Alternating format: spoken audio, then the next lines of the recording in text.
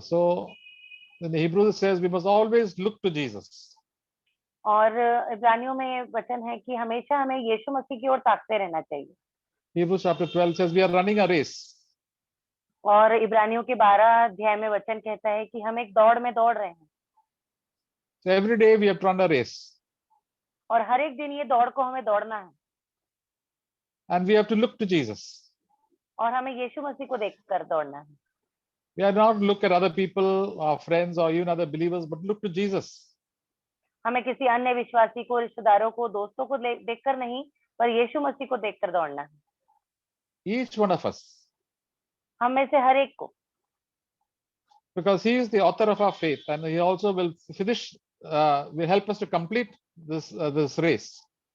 वही हमारे विश्वास का करता है और वही हमारे विश्वास का यदि हम करते हैं तो अंत भी करेगा। We are Christians. We have got new life because of Jesus Christ himself. He died for you, each one of us. हम एक मसीही अच्छा जीवन जी रहे हैं, एक परमेश्वर के लिए जी रहे हैं क्योंकि वो हमारे लिए मरे हैं। So the church is not, we have not come to the church or any brother or any sister. We have to come to Jesus first. हम सबसे पहले किसी कलीसिया में या फिर किसी भाई या बहन के पास नहीं आते, हम सबसे पहले यीशु मसीह के पास आते हैं। And then that will be the solution to all our problems. और फिर वहां से हमें हमारी समस्याओं का समाधान भी मिलता है। When we look to the Lord, and asked God to forgive our sins, the Lord forgave our sins and forgot it completely and made us pure and holy. जब हम प्रभु की ओर आते हैं तो हम अपने पापों के लिए क्षमा मांगते हैं, प्रभु पूरी तरीके से शुद्ध करते हैं, हम पवित्र बनाते हैं। And from that time onwards, we have to continue to looking to Jesus as we walk every day in this world. फिर उस समय से लेकर आज के दिन तक हम सिर्फ हमें यीशु मसीह को देखकर अपने जीवन को जीना है, उस दौड़ को दौड़ना है। Through all the problems in life, every day has got enough problems. और हर एक हमारे जीवन में कई तरीके की समस्याएं आती है, बहुत तकलीफें होती है। So many times we stop looking at Jesus and not stop thinking at Jesus on top of Jesus. और कई बार फिर ऐसा होता है कि हम यीशु मसीह को देखना बंद कर देते हैं, उसके बारे में सोचना भी बंद कर देते हैं। So to look at Jesus means to think about the Lord. और यीशु मसीह को देखने का मतलब है कि उसके बारे में सोचना भी। So what God has done, what Jesus has done for me, and what He will do for us, and how He will help us every day. कैसे प्रभु हमसे प्रेम रखते हैं, क्या वो हमारे लिए कर सकते हैं, हमें कैसे रोज जीवन को जिला सकते हैं। And then we can go through all the troubles and problems and uncertainties in our life with peace. और फिर जो हमारे जीवन में जो समस्याएं आती है, जो तकलीफें होती हैं, वो हम शांति के साथ उसके साथ जिएंगे। Isaiah 26. यशायाह 26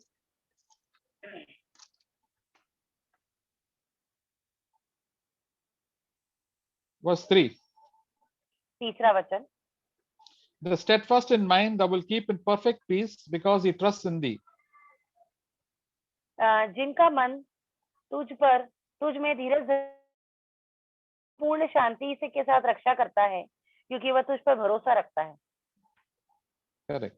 So our mind should always be on the Lord in every situation of our life and ask him, what shall I do? और हमेशा हर एक परिस्थिति में हमारा जो मन है प्रभु के पास होना चाहिए कि हम क्या करना चाहिए। Then the Lord will instruct us in our thoughts what is to be done according to the word of God, according to the leading of the Holy Spirit. फिर प्रभु हमें बताएंगे कि क्या करना है आगे, पवित्र आत्मा की अगुवाई में हमें बताया जाएगा हमारे मन में कि हमें क्या करना है आगे। See, the word of God enlightens our mind. और जो परमेश्वर का वचन है वो हमारे मन को उज्ज्वलित करता है। So that is why we must always read and hear the word of God. इसीलिए हमें हर एक दिन परमेश्वर के वचन को सुनना है, पढ़ना भी है। Because God's word is very sure and he is the King of Kings and Lord of Lords who has said these things, and when we believe it, then we have faith and we can go through every problem in life. क्योंकि परमेश्वर का वचन जो है वो एकदम पक्का है, वो राजाओं का राजा है, प्रभुओं का प्रभु है। यदि उसके पीछे जाएंगे तो हमें निश्चित रूप से हम जय पाएंगे। Before we came to Christ, we did what we like. Whatever came to our mind, we did. और जब हम मसीह में नहीं थे तो हम जो चाहते थे, जो हमारे मन में आता था, हम वही करते थे। And Isaiah says in chapter 55, और यशायाह के 55 अध्याय में लिखा है,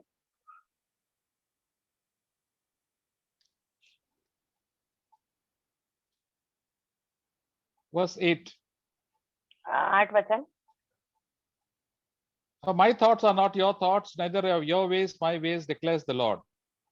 क्योंकि यहोवा कहता है, मेरे विचार और तुम्हारे विचार एक समान नहीं है, ना तुम्हारी गति और मेरी गति एक सी है। So when we did our own ways, we were far away from the Lord. Our own mind was completely different and doing all the wrong things.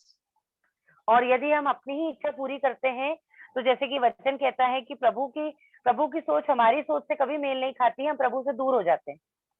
Now we have to think the thoughts of God. और अब हमें क्या करना है कि प्रभु के बारे में सोचना है। We have to meditate on God. हमें मनन करना है, Meditate परमेश्वर के वचन पर मनन करना है। and the word of God tells us how we should behave in different situations. और फिर परमेश्वर का वचन हमें बताएगा कि हमें अन्य अन्य परिस्थितियों में कैसा व्यवहार करना है। So we have to change our mind.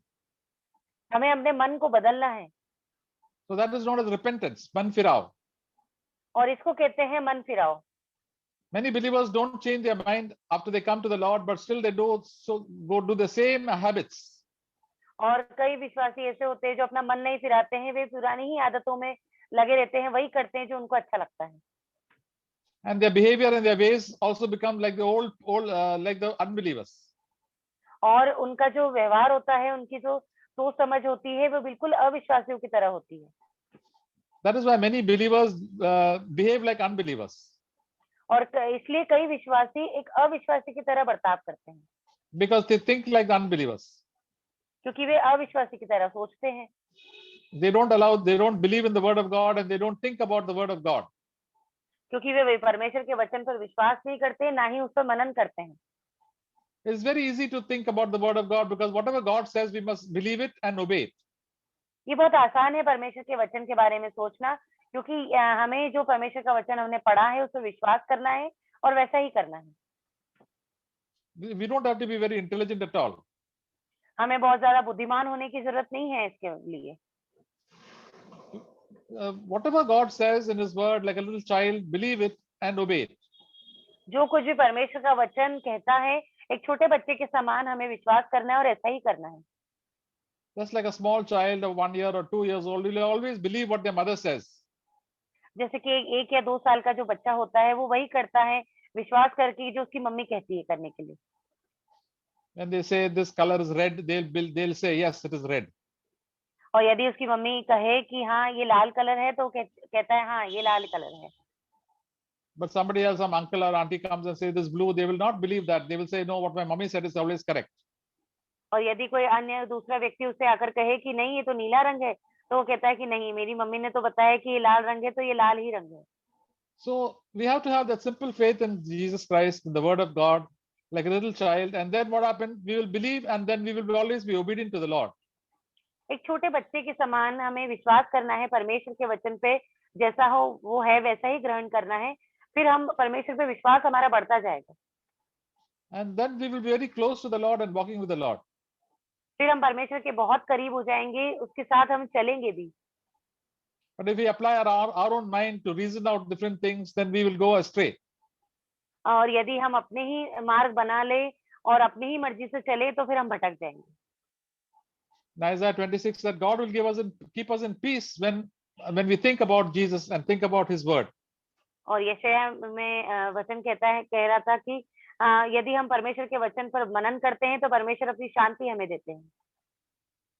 When we have to take a decision, God will lead us in peace to take the right decision. जब भी हम निर्णय लेने के लिए सोचते हैं, तो परमेश्वर शांति देंगे ताकि हम सही निर्णय को ले सकें। So when there is no peace, we know that we are not in the will of God. और यदि शांति नहीं है, तो आप समझ लीजिए कि हम परमेश्वर की इच्छा के अंतर्गत ये काम नहीं है। So that is why we have to learn the ways of God. और इसी तरीके से हमें परमेश्वर के मार्गों को समझना होगा। Whatever naturally comes to us are not things of God, it is our own thoughts. जो एकदम आ जाता है हमारे मन में, तो जरूरी नहीं है कि परमेश्वर का विचार हो, वो हमारा खुद की सोच भी हो सकती है। The Bible says that the fear of the Lord is beginning of wisdom. परमेश्वर का वचन कहता है कि बुद्धि Proverbs chapter 9 verse 10. नीति वचन 9 अध्याय 9 verse 10 10. The fear of the Lord is the beginning of wisdom.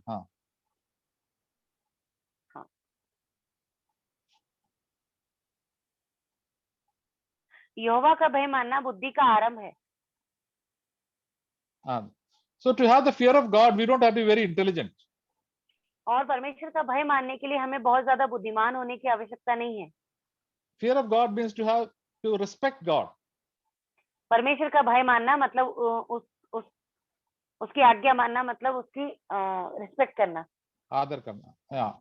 So when we respect a person, we will obey him. यदि हम किसी का आदर करते हैं मतलब उसकी आज्ञा को मानते भी हैं। So God has given us the word of God and we must respect the word of God and obey it. परमेश्वर ने अपना वचन दिया है और हमें उस वचन की आज्ञा माननी है, उसका आदर भी करना है। And then we will become wise. और फिर हम बुद्धिमान हो जाएंगे। There are many people who are very intelligent. They don't respect the word of God. They do what they like and they do all sorts of foolish things. कई लोग बहुत ज्यादा बुद्धिमान होते हैं, वो परमेश्वर के वचन को नहीं मानते हैं, वो वही करते हैं जो वे चाहते हैं। They don't respect God. They only respect all the people around them and their customs and traditions. वे परमेश्वर को आदर नहीं देते हैं, वे अपने आसपास के लोगों को, उनके रिश्तेदारों को, वहां की परंपराओं को, उनको आदर करते हैं। That is why they do a lot of foolish things and fall into sin. और इसी यही कारण होता है कि बहुत ही मूर्खतापूर्ण भरे काम कर लेते हैं और पाप में गिर जाते हैं। So the Lord wants us to have a mind that really fears God. और प्रभु चाहते हैं कि हमारा मन, हमारी बुद्धि ऐसी हो जो सच में परमेश्वर का भय माने। So before when there is a fear of God, then there is we have a humble mind. A humble mind gets God exalts. और जहाँ पर परमेश्वर का भय होगा हमारे मन में, हमारी बुद्धि में, तो वहां पर परमेश्वर हमें नम्र भी करेंगे और वो परमेश्वर हमें उठाएंगे भी। There is a verse in Hebrews chapter, Proverbs chapter 18 verse 12. नीति वचन 18 में 12 वचन। Before destruction, the heart of man is haughty, but humility goes before honor. नाश होने से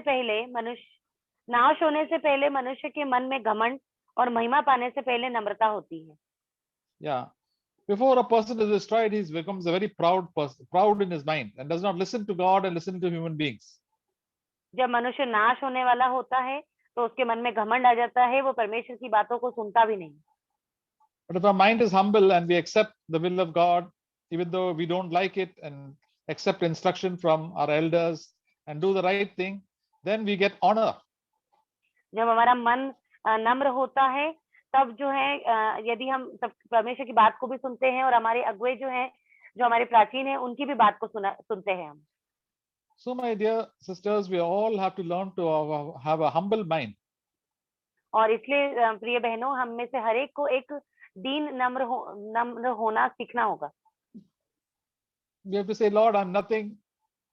You are great and mighty. And as Job said, what God has given, God has taken away. और जैसे कि हमें बोलना होगा परमेश्वर से कि प्रभु मैं कुछ भी नहीं हूँ, आप है सर्वशक्तिमान परमेश्वर, जैसे अय्यूब ने कहा था। He said, blessed be the name of the Lord. हाँ, परमेश्वर के नाम को महिमा मिले, उसने दिया और उसी ने वापस भी ले लिया। And then we will praise the Lord. और फिर हम परमेश्वर की महिमा करेंगे।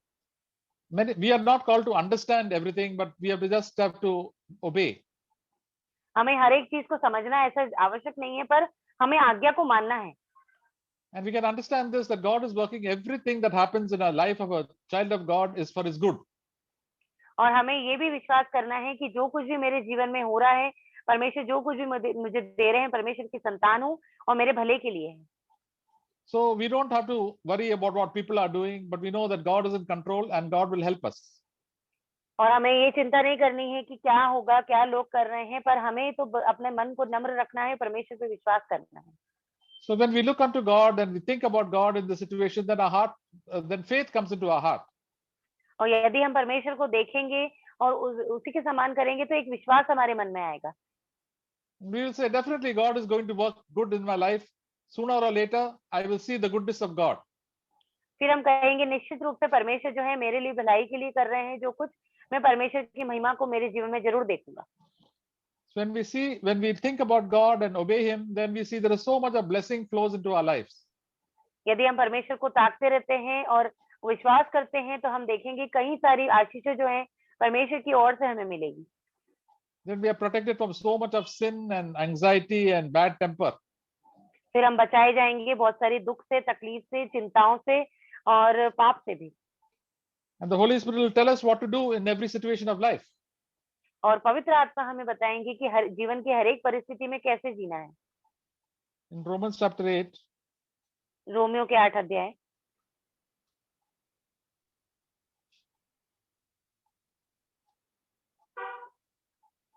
verse 5 5वां वचन and 6. 5 and 6. For those who are according to the flesh, 5 and 6. For those who are according to the flesh, set their minds on the things of the flesh. For those who are according to the Spirit, the things of the Spirit. For the mind set on the Spirit is death, and the mind spent on the Spirit is life and peace. Romeo 8, 5 और 6 वचन, क्योंकि शारीरिक व्यक्ति शरीर की बातों पर मन लगाते हैं और आध्यात्मिक आत्मा की बातों पर मन लगाते हैं। शरीर पर मन लगाना तो मृत्यु, परंतु आत्मा पर मन लगाना जीवन और शांति है। So, as a believer, if we set our minds on our own selfish desires and our wants and desires, then it says it is not pleasing to God and it results in spiritual death, that is separation from God. और एक विश्वासी होने के नाते यदि हम अपनी ही इच्छाओं को पूरा करते हैं, अपनी ही लालसाओं को पूरा करने में लगे रहते हैं, तो यहाँ पर वचन कहता है कि हम परमेश्वर से दूर हो जाएंगे। ये एक आत्मिक मृत्यु है। But if you listen to what the Holy Spirit does say, Lord, what do you want me to do in this situation? How shall I think? How shall I behave? Then everything we ask God, then there will be life and peace. और यदि हम इस परिस्थिति में कहें कि परमेश्वर आपकी क्या इच्छा है, मुझे क्या करना चाहिए, मुझे पवित्र आत्मा की अगुवाई दे दीजिए, तो फिर यहाँ पर हमारे पास जीवन और शांति होगी। Verse 8 says, for those who are in the flesh cannot please God. और यहाँ 8वां वचन कहता है कि और जो शारीरिक दशा में है वे परमेश्वर को प्रसन्न नहीं कर सकते। If we are just wanting to be in the flesh means to please ourselves in whatever we do. और यहाँ पे शारीरिक होने का मतलब ये है कि जो कुछ भी हम चाहें वो करें हमारे शरीर को खुश करने के लिए। So many people when they don't get what they want, they start getting angry and lose their temper. और कई लोगों को वो नहीं मिलता जो उनका मन होता है चाहने के लिए, तो वो अपने गुस्से आपा खो देते हैं, गुस्सा करने लगते हैं। Then they want to do all the wrong things and think they all the wrong things. फिर वे गलत चीजें करने लगते हैं, गलत चीजें सोचने भी लगते हैं। And their life is full of anxiety and tension. फिर पूरा जो उनकी जीवन है वो चिंताओं से और दुख से भर जाता है। The solution of it is that we should be controlled by the Holy Spirit who will help us to obey God. और इसका निवारण ये है कि हमें पवित्र आत्मा से अगुवाई को मांगना है जो हमें अगुवाई करेंगे। The Holy Spirit will give us life and peace when we surrender our life to Jesus and tell, Lord, let your will be done. और पवित्र आत्मा जो है हमें जीवन और शांति देंगे, हमें पूरी तरीके से परमेश्वर पर निर्भर हो जाना है। So in our life, there is always being a big war, tug of war is there in our life between our own selfish will and what the Holy Spirit wants us to do. और एक युद्ध के समान है हमारा जीवन, रोज हमारे जीवन में एक युद्ध के समान होता है। और हमें दो चुनाव है, या तो हम परमेश्वर की इच्छा को पूरा करें, पवित्र आत्मा की अगुवाई में चले, या फिर अपने शरीर की अभिलाषाओं को पूरा करें। So we have the choice to obey the Holy Spirit or to obey what our own wills want us to, what we want to do. और हमारे पास चुनाव है कि हम पवित्र आत्मा की सुने या फिर हमारा जो मन कहता है हम वो करें। That is why we must look at Jesus. He always did what God wanted him to do, and he never did what he wanted him, his own body wanted him to do. और यहाँ पर हमें यीशु मसीह को देखना है कि उन्होंने जब वो इस पृथ्वी पर थे तो अपनी इच्छा को पूरा नहीं किया, जो उनके पिता की इच्छा थी उसको पूरा किया उन्होंने। The Old Testament, the Old Covenant, people did not have the Holy Spirit, so that they were so much controlled by their own selfish desires. और पुराने नियम में यदि हम देखें तो उनके पास पवित्र आत्मा नहीं था, इसलिए वो उनकी शरीर की अभिलाषाओं में फंस जाते थे। Now, with the coming of the Holy Spirit, all of us can have the strength of the Holy Spirit and the guidance of the Holy Spirit. पर अभी हमारे पास पवित्र आत्मा है, पवित्र आत्मा की सामर्थ्य है, पवित्र आत्मा की अगुवाई हमारे साथ है। So, verse 13 of Romans chapter 8, Romeo 13 के Romans 8:13. रोमियो 8 उसका 13 वचन। If you are living according to the flesh, you must die. But if by the Spirit you are putting to death the deeds of the body, you will live. क्योंकि यदि तुम शरीर के अनुसार दिन काटोगे तो मरोगे, यदि आत्मा से देह की क्रियाओं को मारोगे तो जीवित रहोगे। So we say, if we want to do what we like and go where we like, think what we like, behave we like, and we don't listen to the Spirit, we will die spiritually. और यदि हम जो चाहें वो करें, जो सोचना चाहते हैं वो सोचें, जो करना चाहते हैं, जहां जाना चाहते हैं वहां जाएं, तो फिर ये एक आत्मिक मृत्यु है। And that means we have no joy in our heart. We only have sadness, no peace, all tension, no love, only hatred and anger. और फिर हमारे पास कोई शांति नहीं होगी, हमारे पास गुस्सा होगा, कड़वाहट होगी और जलन होगी और हम गुस्सा करने वाले होंगे। And thus we are always falling into sin and separated from God. और फिर हमेशा हम पाप में गिरते रहेंगे, परमेश्वर से दूर हो जाएंगे। So we must always be careful to come back, ask forgiveness, and say, Lord, now I will listen to the Holy Spirit, and I will not do what I want to do, but I will do what God wants me to do. इसलिए हमेशा प्रभु के पास आना है, पश्चाताप करना है और कहना है कि प्रभु मैं जो चाहता हूँ वो नहीं, पर पवित्र आत्मा की अगुवाई में मैं चलना चाहता हूँ। That is how some believers grow, and some believers go behind and behind. इसलिए जो कुछ विश्वासी हैं वो बढ़ जाते हैं, पर कुछ विश्वासी हैं जो पीछे और पीछे जाते जाते हैं। All depends upon you and me, brothers and sisters, all sisters. और सब कुछ हम पर निर्भर करता है बहनों। What I do in the different situations of life that come across my way. और मुझे क्या करना है इन परिस्थिति में जो मेरे जीवन में आ रही है। Am I asking God to help by the Holy Spirit? And the Holy Spirit will always help us, correct us, and lead us in the right way. It may take many times we may fall, but we will always help us. क्या हम पवित्र आत्मा की अगुवाई चाह रहे हैं अपने जीवन में? क्योंकि हम गिरेंगे भी तो भी पवित्र आत्मा हमें उठाएंगे और चलाएंगे भी। And that's how we learn so many things. और इसी तरीके से हम कई चीजों को सीखेंगे। And we see that all our mind, once we're full of tension and anxiety, now the tension and anxiety has become less and less, and more of joy and peace and love has come into our heart. और फिर हम देखेंगे कि इतना अशांत मन, चिंताओं से भरा जो हमारा मन है वो बिल्कुल चला जाएगा, फिर हमारे जीवन में शांति, आनंद और प्रेम आ जाएगा। Verse 14 says, all those who have been led by the Spirit of God, these are the sons of God or daughters of God. और 14 वचन कहता है, इसलिए कि जितने लोग परमेश्वर की आत्मा के चलाए चलते हैं वे ही परमेश्वर के पुत्र हैं। So if we allow God to take our hand, the Holy Spirit to take our hand and our thoughts and lead us to the right time and behave the right way according to what God wants us to do, then we become daughters of the living God, sons of the living God. और यदि हम अपने हाथ को पवित्र आत्मा को दे दें, यदि हम उसी के चलाए चलें और यदि हम वही करें जो पवित्र आत्मा की अगुवाई में हम कहता है करने के लिए, तो फिर हम परमेश्वर की बेटियां या फिर बेटे ठहरेंगे। So today the day is almost over. और आज का दिन लगभग खत्म ही हो रहा है। And we must ask God, Lord, how did I live today? Please show me what wrong things I did, and please lead me into the right way and to live for you and to live in fellowship with you. और फिर हमें अभी आज पूछना है परमेश्वर से कि आज का दिन बताइए कितनी पाप किए हैं, गलतियां की है और कितनी चीजें हैं जो मुझे सुधार की आवश्यकता है। Always ask forgiveness from God for the wrong things that we have done. जितने भी कुछ गलत काम आपने किए हैं उसकी माफी मांगिए प्रभु से। And then for the morning, next day, we say, Lord, please help me today. I don't know, so many problems are going to come. Help me to do the right thing according to your will. फिर अगले दिन जब सुबह आप उठेंगे तो कहना कहेंगे कि परमेश्वर मेरी अगुवाई करिए कि आज जो भी तकलीफें मुसीबतें आएंगी मेरे जीवन में, मैं सही तरीके से उसके सामना कर सकूं। Speak to me and give me strength. मुझसे बात करिएगा, मुझे सामर्थ दीजिएगा। The Holy Spirit will tell you to read the Word of God, maybe by 5 minutes, 10 minutes. पवित्र आत्मा आपसे कहेंगे कि 5 या 10 मिनट के लिए वचन को पढ़ो। For 5 minutes, sit quietly and thank and praise the Lord and ask Him to fill you with the Holy Spirit. शांति से बैठो, 5 मिनट परमेश्वर का धन्यवाद करो, पवित्र आत्मा से भरने के लिए प्रार्थना करो। And then He will fill you and strengthen you. और फिर हमें पवित्र आत्मा दिया भी जाएगा। And then you can praise the Lord और फिर हम परमेश्वर की महिमा करेंगे, because He's going to be with you throughout the day. क्योंकि वे हमेशा आपके साथ रहेंगे। पूरे जो दिन भर आप बिताएंगे, प्रभु आपके साथ रहेंगे। And He will warn you about the wrong things and the wrong people that will come across your way.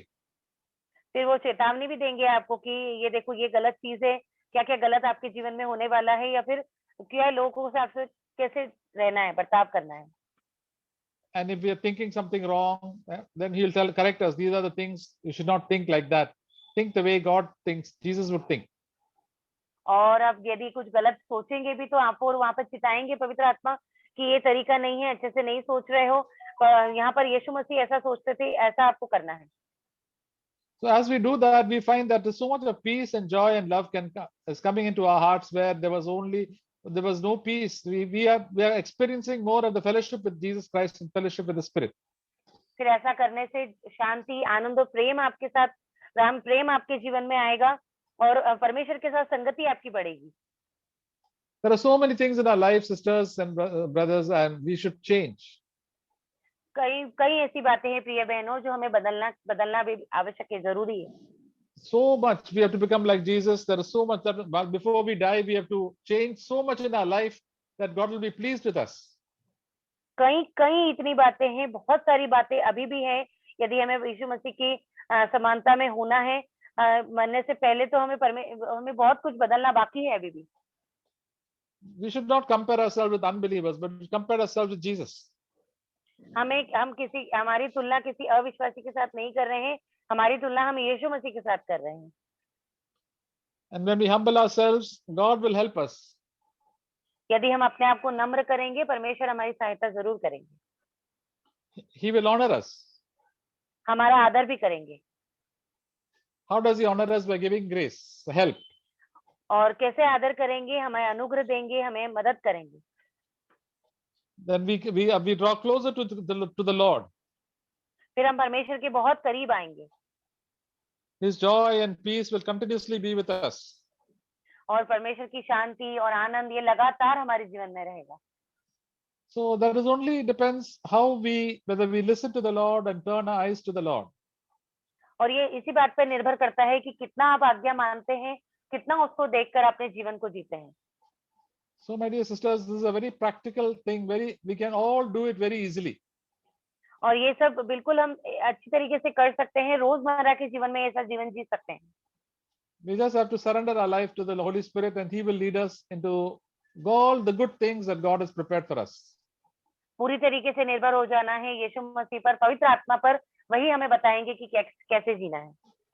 And all the daily things that we'll do will bring glory to His name. और जो कुछ भी हम रोज करते हैं, उसी काम से हम परमेश्वर के लिए महिमा को ला सकते हैं। So be thankful to the Lord, sisters, and praise Him and say, Lord, please guide me and lead me every day. And definitely God will speak something to you from the Word of God through different situations. Even though you may fall, He'll lift you up.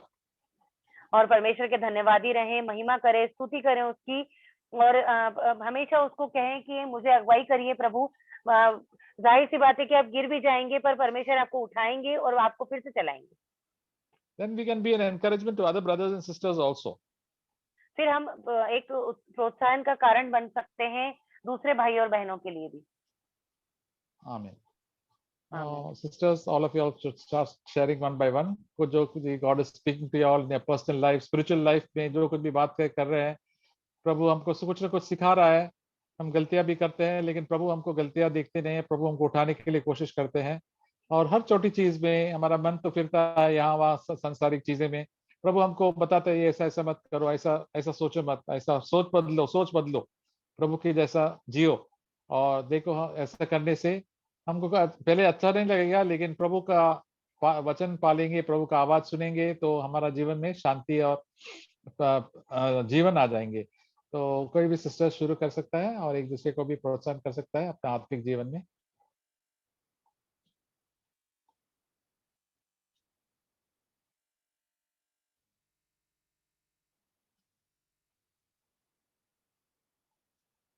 तो time तो है, at least 5-6 sister तो जरूर share कर सकते हैं। इस sisters का मीटिंग है तो शुरू करो कोई भी। तो Jennifer can start possible, Deepika, Manisha, प्रभु को धन्यवाद दे दीजिए। तो ऐसा शुरू करेंगे तो मालूम नहीं क्या आप शेयर करना है तो अपने आप आ जाएंगे वचन।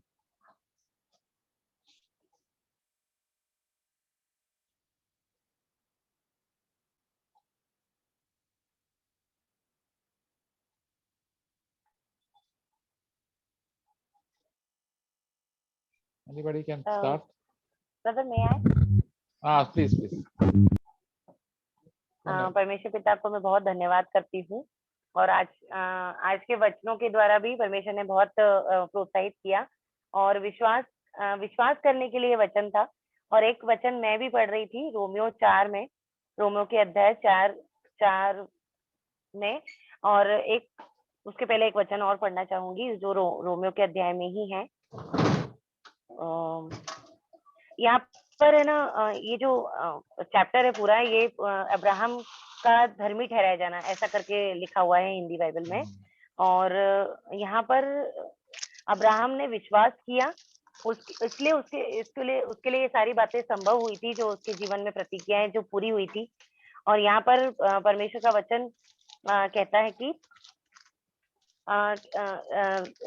रोमन मतलब रोमियो के अध्याय 4 के 14 वचन में कि अब्राहम अच्छा था, इसलिए उसके लिए सारी प्रतिज्ञाएं पूरी नहीं की गई थी, कि वो उसका बर्ताव बहुत अच्छा था, वो मन का बहुत अच्छा था, पर उसने विश्वास किया था, इसलिए उसकी जो है परमेश्वर ने उसके जीवन में असंभव को भी संभव किया। उसके जीवन में असंभव जो बातें थी उसको संभव करके बताया, जो परमेश्वर ने उसको प्रॉमिस दिया था कि जैसे अब्राहम जो था वो 100 वर्ष का था, और जो सारा थी वो 90 वर्ष की थी।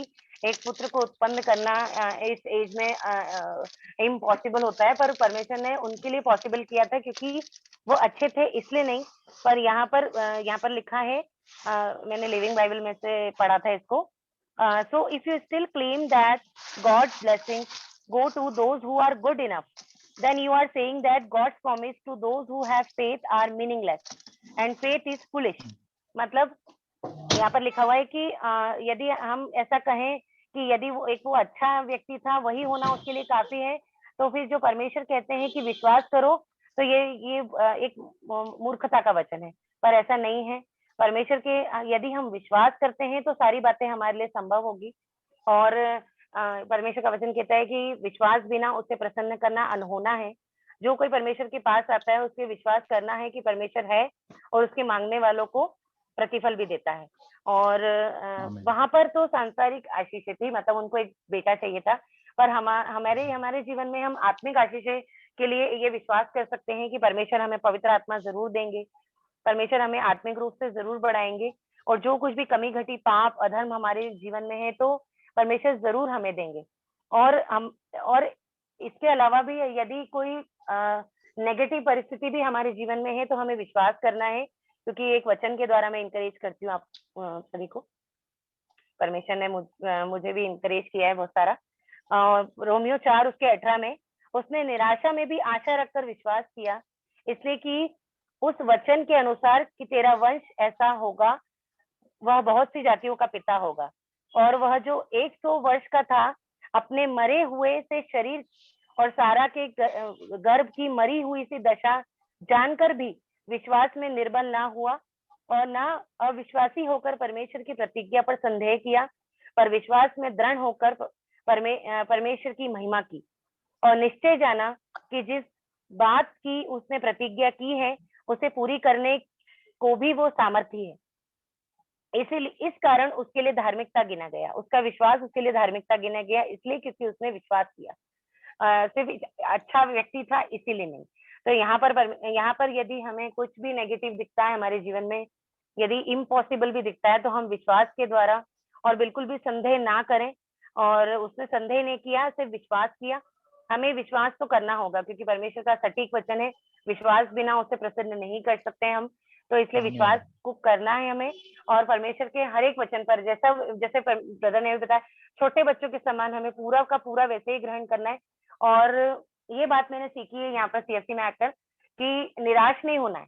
यदि हम विश्वास नहीं कर पा रहे हैं तो वो भी परमेश्वर से मांगना है कि विश्वास दो प्रभु, मेरे अविश्वास का उपाय करो। कि परमेश्वर मैं विश्वास नहीं कर पा रही हूँ आपके इस वचन पे, क्योंकि मैं बहुत सी वचन पे विश्वास नहीं कर पाती थी, पर अब मैं ये मांगती हूँ परमेश्वर से कि प्रभु मुझे इस वचन पे विश्वास दो, मुझे करना है इससे विश्वास। प्रभु मुझे विश्वास दो, क्योंकि आप भले हो और आपकी भलाई मेरे जीवन के लिए सबसे उत्तम है। मुझे और कुछ मिले ना मिले, पर परमेश्वर का जो वचन है वो बहुत ही अच्छे हैं। और परमेश्वर की शांति, आनंद और प्रेम जो हमेशा में हमारे जीवन में बना रहता है। परमेश्वर जब से आए हैं हमारे जीवन में, परमेश्वर की शांति, आनंद और प्रेम वैसा का वैसा ही बना हुआ है, वो हमसे कभी लेते आमीन। नहीं, हमेशा हमारे साथ रहते हैं। इसलिए आज हम जी रहे हैं ये, क्योंकि अगर ये नहीं होता तो हम मर जाते। और ये बात सच है, जैसे कि ब्रदर ने भी बताया था, कि यदि हम पाप करते हैं तो अशांति, चिंता, डर ये सब हमारे जीवन में बना रहता है, फिर गुस्सा ये सब हमारे जीवन में आ जाता है। पर यदि हम विश्वास करते हैं प्रभु पे और जैसा वो कहता है वैसा करते हैं विश्वास के साथ, तो हम परमेश्वर की शांति, आनंद और प्रेम लगातार हमारे जीवन में बना रहता है। और यहाँ पर ये सीखने को भी मिला है कि उसने विश्वास किया, मतलब उसने देख लिया था कि सारा अब गर्भवती नहीं हो सकती है, उसको बच्चा नहीं हो सकता है, और वो खुद भी 100 वर्ष का था। फिर भी उसने विश्वास करके ये बोला कि हाँ प्रभु, तू जो कहता है तू वो करने में सामर्थ्य है। इसलिए उसने बिल्कुल नेगेटिव था उसके जीवन में, फिर भी उसने विश्वास करके उसको किया। इसलिए हमें हर एक परिस्थिति में परमेश्वर पे विश्वास करना है, ये सीखने को मिला है। और मैं परमेश्वर का बहुत धन्यवाद आमीन। करती हूँ इस बात। आमीन। आमीन।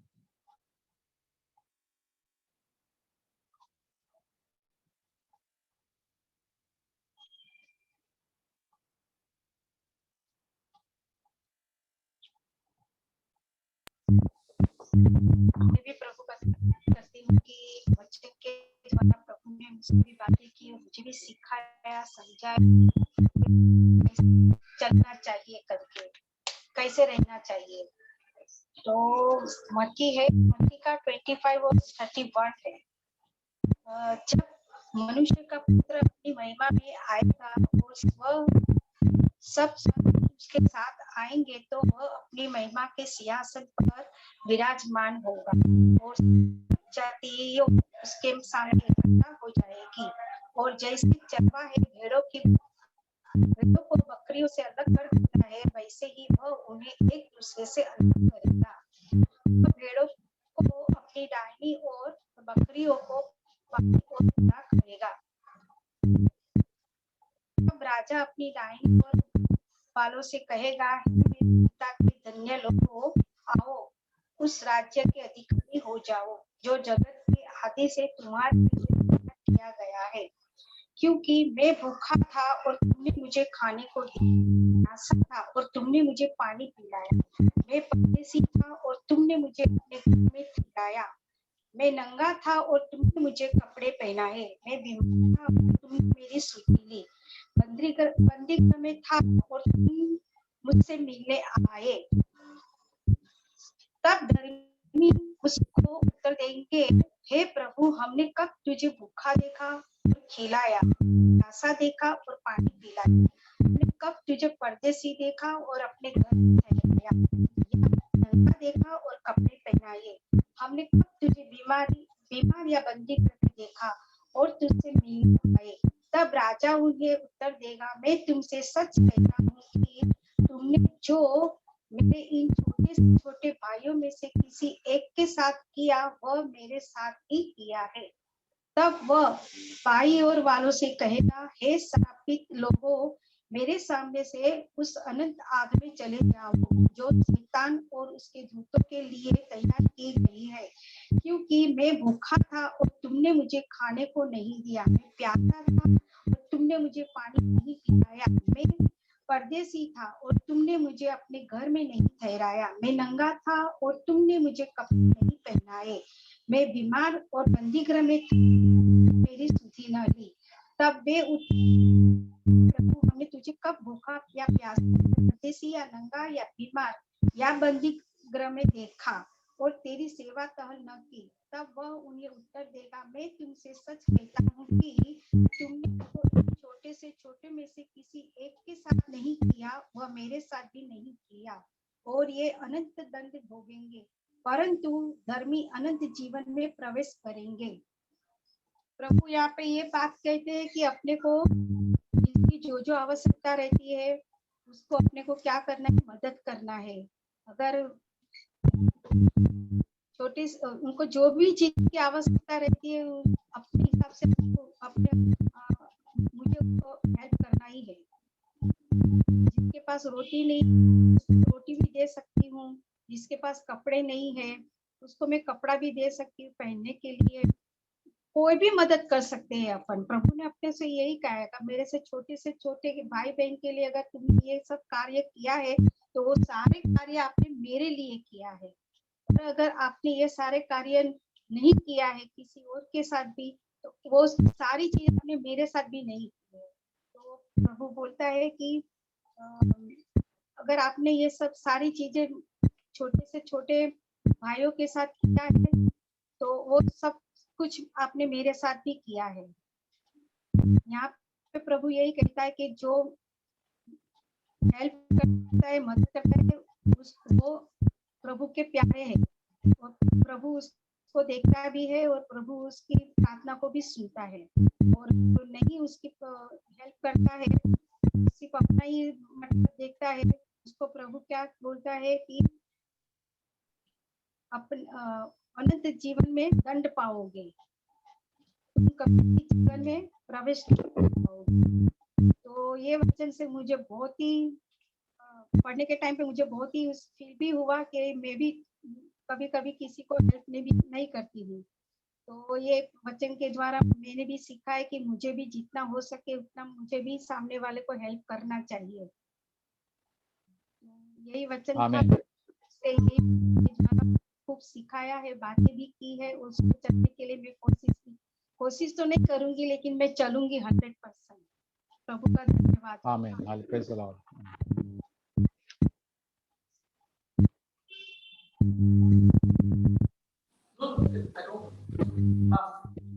मैं प्रभु का धन्यवाद करती हूँ और मैं ये कहना चाहती हूँ कि hello, can you hear me brother? Yes, yes.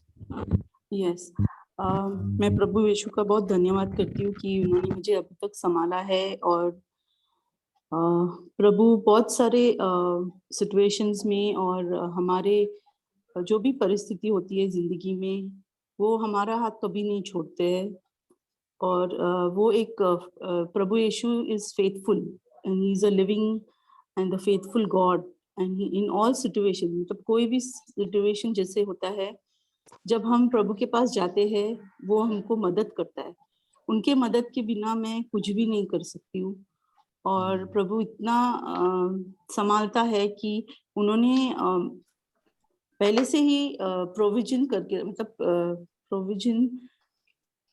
Provision यानी मुझे हिंदी में पता नहीं, उन्होंने ये प्रभु यीशु ने पहले से प्रोविजन किया है, जैसे कि हमारे लाइफ में मदद किया है। जैसे कि हमारे लाइफ में बहुत सारे सिचुएशंस होते हैं और वो सिचुएशन में हमको समझ में नहीं आता हम लोग क्या करें, और हम लोग प्रे करते हैं और फिर भी हम लोग क्या होता है, कभी कभी जैसे हम प्रार्थना करते हैं और प्रभु बोलते हैं अच्छा है, मतलब थ्रू हिज वर्ड, उनके वचन के द्वारा हमसे बात करते हैं।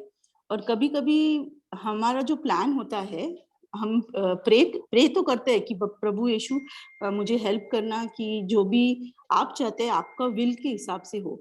लेकिन कभी कभी प्रभु है ना बहुत मतलब अलग से दरवाजा खुल जाता है। जैसे कि वो सिचुएशन में प्रभु बहुत अच्छा, जैसे मैंने सोचा था नहीं उससे भी अच्छा हो जाता है।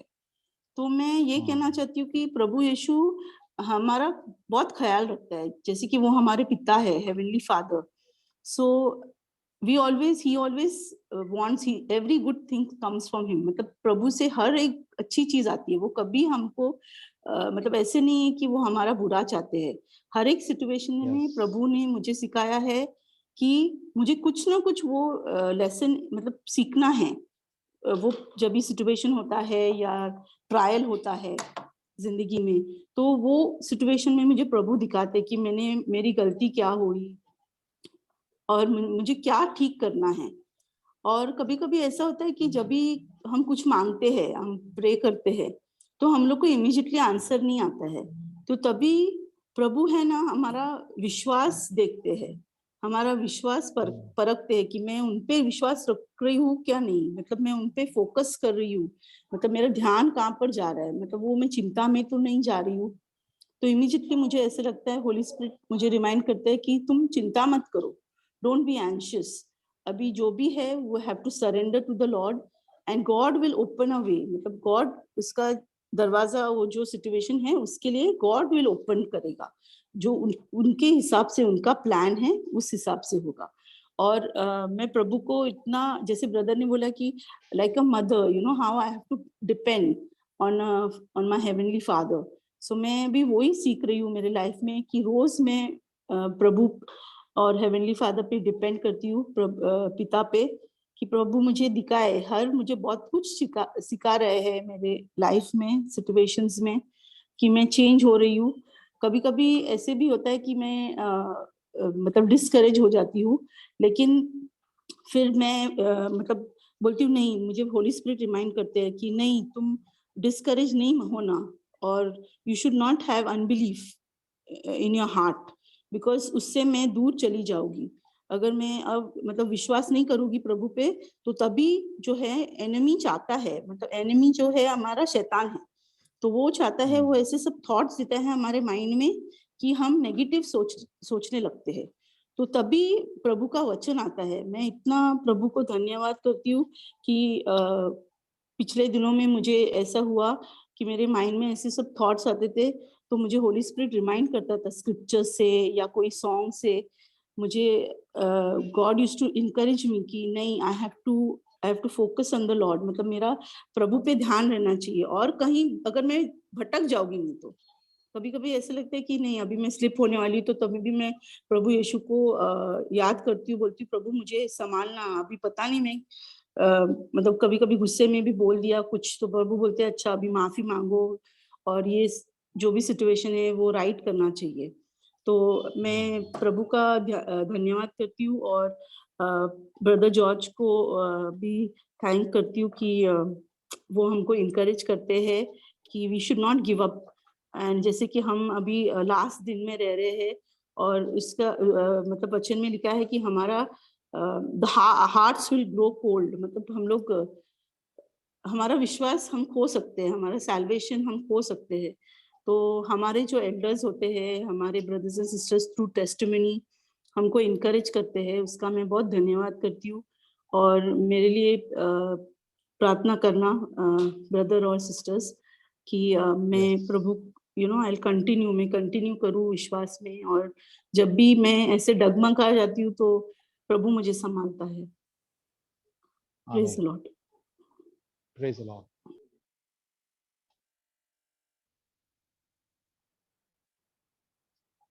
प्रभु का वचन कहते हैं कि हम हमारा जीवन में कभी कभी हमारा विश्वास रहता नहीं है, हम बोले विश्वास कैसा आ जाए, मेरे विश्वास नहीं आता है प्रभु के। तो हम प्रभु का वचन यही कहता है कि विश्वास आएंगे, और रोमन्स चैप्टर 10 में 17 में लिखा है faith comes by hearing the words of Christ. विश्वास जब आते हैं, आएंगे कभी, तो हम यीशु मसीह का वचन सुनेंगे, का वाणी सुनेंगे। तो वचन यीशु मसीह का सुनेंगे, जैसे हम मैसेज में सुनते हैं, वचन पढ़ने में सुनते हैं, at least the words of Christ जो मैथ्यू गॉस्पेल्स एंड एपिसोड्स में लिखा है, वो हम सुनेंगे तो हमारा जीवन में एक विश्वास पैदा होता है, हाँ जरूर मैं प्रभु मेरे जीवन में, जब प्रभु मेरे साथ है, मुझे छोड़ा नहीं है, मैं गिरा कितने बार, फिर भी प्रभु मुझे प्रेम करते हैं, और हमारा विश्वास तो एकदम बढ़ जाएंगे। विश्वास बढ़ने से पवित्र आत्मा हमको और इनकरेजमेंट देंगे, हमको धीरज भी दे देंगे, फेथ एंड पेशेंस। जैसे जो के पास विश्वास थे, उनका सब कुछ खो गया था, तो बीमारी भी आए थे, सब कुछ। वो हम लोग कभी ऐसा समस्या में कभी पड़ा भी नहीं, एक भी जन पड़ा नहीं। इतना सारा बच्चे लोग मर गए, बिजनेस गया, वो भी बीमार हो गया, फिर भी प्रभु ने जो दिया, प्रभु ने ले लिया। प्रभु का धन्यवाद हो, हालेलुया। ऐसा मनुष्य को हमारा, तो हम उनके पास बाइबल भी नहीं थे पढ़ने के लिए, प्रभु को अभी छोड़ा नहीं। प्रभु आपका इच्छा मेरा पूरा जीवन में पूरा हो जाए, उन्होंने पूरा सरेंडर कर दिया। उनके जीवन में कई कमियां भी थे, लेकिन प्रभु उनको को भी ठीक कर दिया। हम भी धीरज रखना चाहिए और प्रभु के ऊपर विश्वास करें, चलो हम धीरज रखेंगे। इब्राहिम ने जब धीरज रखा 25-30 साल के लिए, हालेलुया। हमको कभी थोड़ा टाइम है धीरज रखने के लिए, प्रभु जरूर हमको विजय देंगे, हर पाप से हमारे साथ होगा, हमको एनकरेजमेंट करेंगे।